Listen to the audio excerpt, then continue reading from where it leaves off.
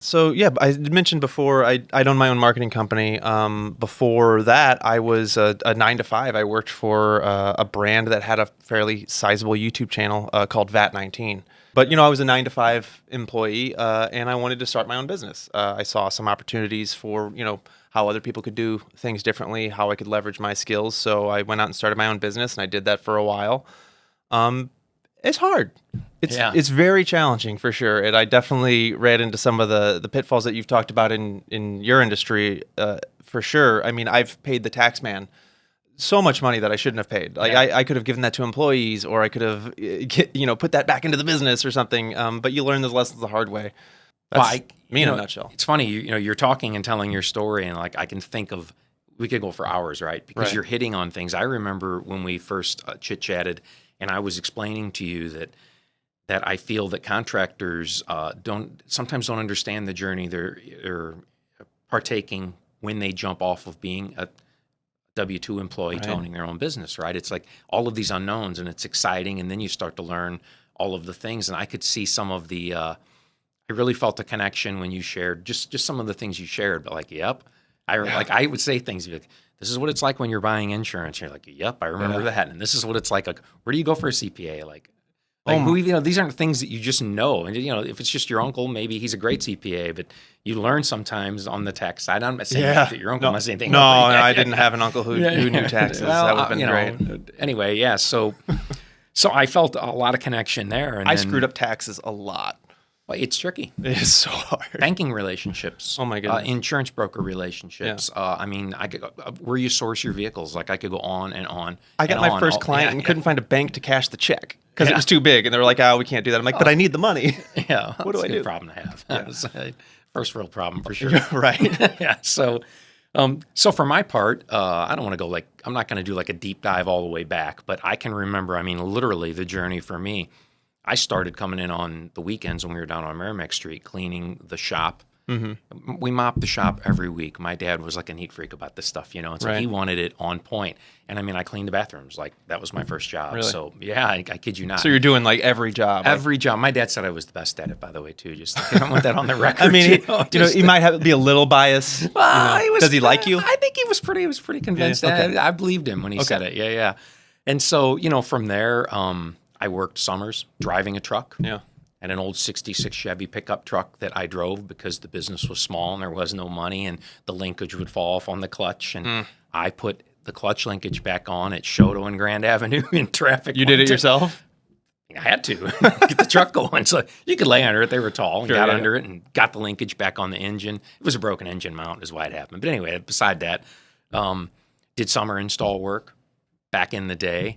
And learned how miserable it is to be in an attic installing ductwork and the tricks of cutting holes in plaster lath walls to put supply grills in, et cetera, et cetera. Oh my goodness. And then and we don't want to get into that. But That's not easy. I've lived in those old houses. I've messed some of that up too. So, just so we're clear. And next journey was school, and I've got a business and accounting background, and thought that I was ready. Because you thought that, okay, I've got the real world Yeah. experience, and now I'm going to go to school and get this business education. Exactly. So on paper, it sounds great. It does. I mean, it almost sounds like I'm leg up on the guy who comes in who's from the craft, or our gal comes in from the craft, and they want to start a business, and then they're going to learn all this. So we're talking about a college background and coming in like literally didn't know anything. I mean, not that I didn't learn anything. That's not what I'm saying. You had the tools, but came in and ended up working for Dad as a commercial HVAC salesperson and project manager. Didn't know anything. We didn't either, the company. So Okay. literally started that from scratch. Just figuring it out. Exactly. I remember going to a seminar and talking about just doing a different labor multipliers on either your material versus labor, and because risk is shared differently by those two different categories. And I'm not going to dig too deep, but my point is like first things learned, and then how to handle the client relationships and all the problems that go on jobs. And this is before I'm even getting to the part of like all the hard stuff. You're doing this all on paper back then too. Everyone. So I every estimate from scratch. Our current spreadsheets that we use are literally a mirror image of what I did on paper. We just took it to digital. That was like, back in the day. Back in the day, which was a Thursday. That's how it used to happen. It was, and it was always rainy. Or And uphill. I'm teasing. That's right. Except Fridays. And the linkage always broke on you. Yeah, it did. It did sometimes fall off. So subsequently, though, we stuck at it, persevered, gotten pretty good at the banking, the accounting, all of those other pieces. Right. Thankfully, have been blessed with an amazing crew of people to do all of the hard work, really, which is the contracting work, the field work. And, one of the things for me as I look around and I can feel the journey, like the weight of it, is, and I don't want to say that I wouldn't do it again, but I want to say it like that. Like, as I look back at what it is, like the critical mass we have here, if I was a small contractor walking into our organization and saying, like, I want to be that someday, I mean, I know what that journey is. Like, I don't want to go through all that work again.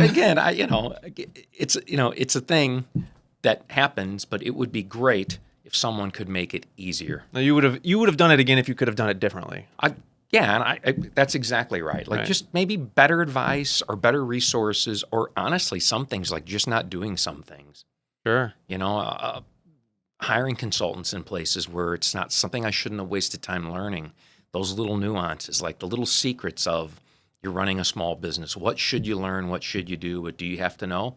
That's a part of this, right? Right. It's the things we talked about. So, and then, I guess I'm still on the floor a little bit here, but we want to talk a little bit about the client side too, and we'll dig into that. But same thing for clients. Like, we've consulted a lot of clients now. We're understanding the psychology, right? The pain when you've got a home project. It is, and there is pain, like, because it's either it's broken, right? Like, and so you're stressed, or maybe you're trying to build something new, and that's overwhelming. Like when you were just describing the all the things you did to put together the quotes, and you're trying to figure out just on a pricing model and how to price all this thing. Like, if it's that complex for you, it's going to be that complex for the customer to try to figure out. It's not like you're going out and buying, a table for your house. Like, you can go to the showroom and pick a couple tables. Like, this is a complex thing. You can see it. It's a thing.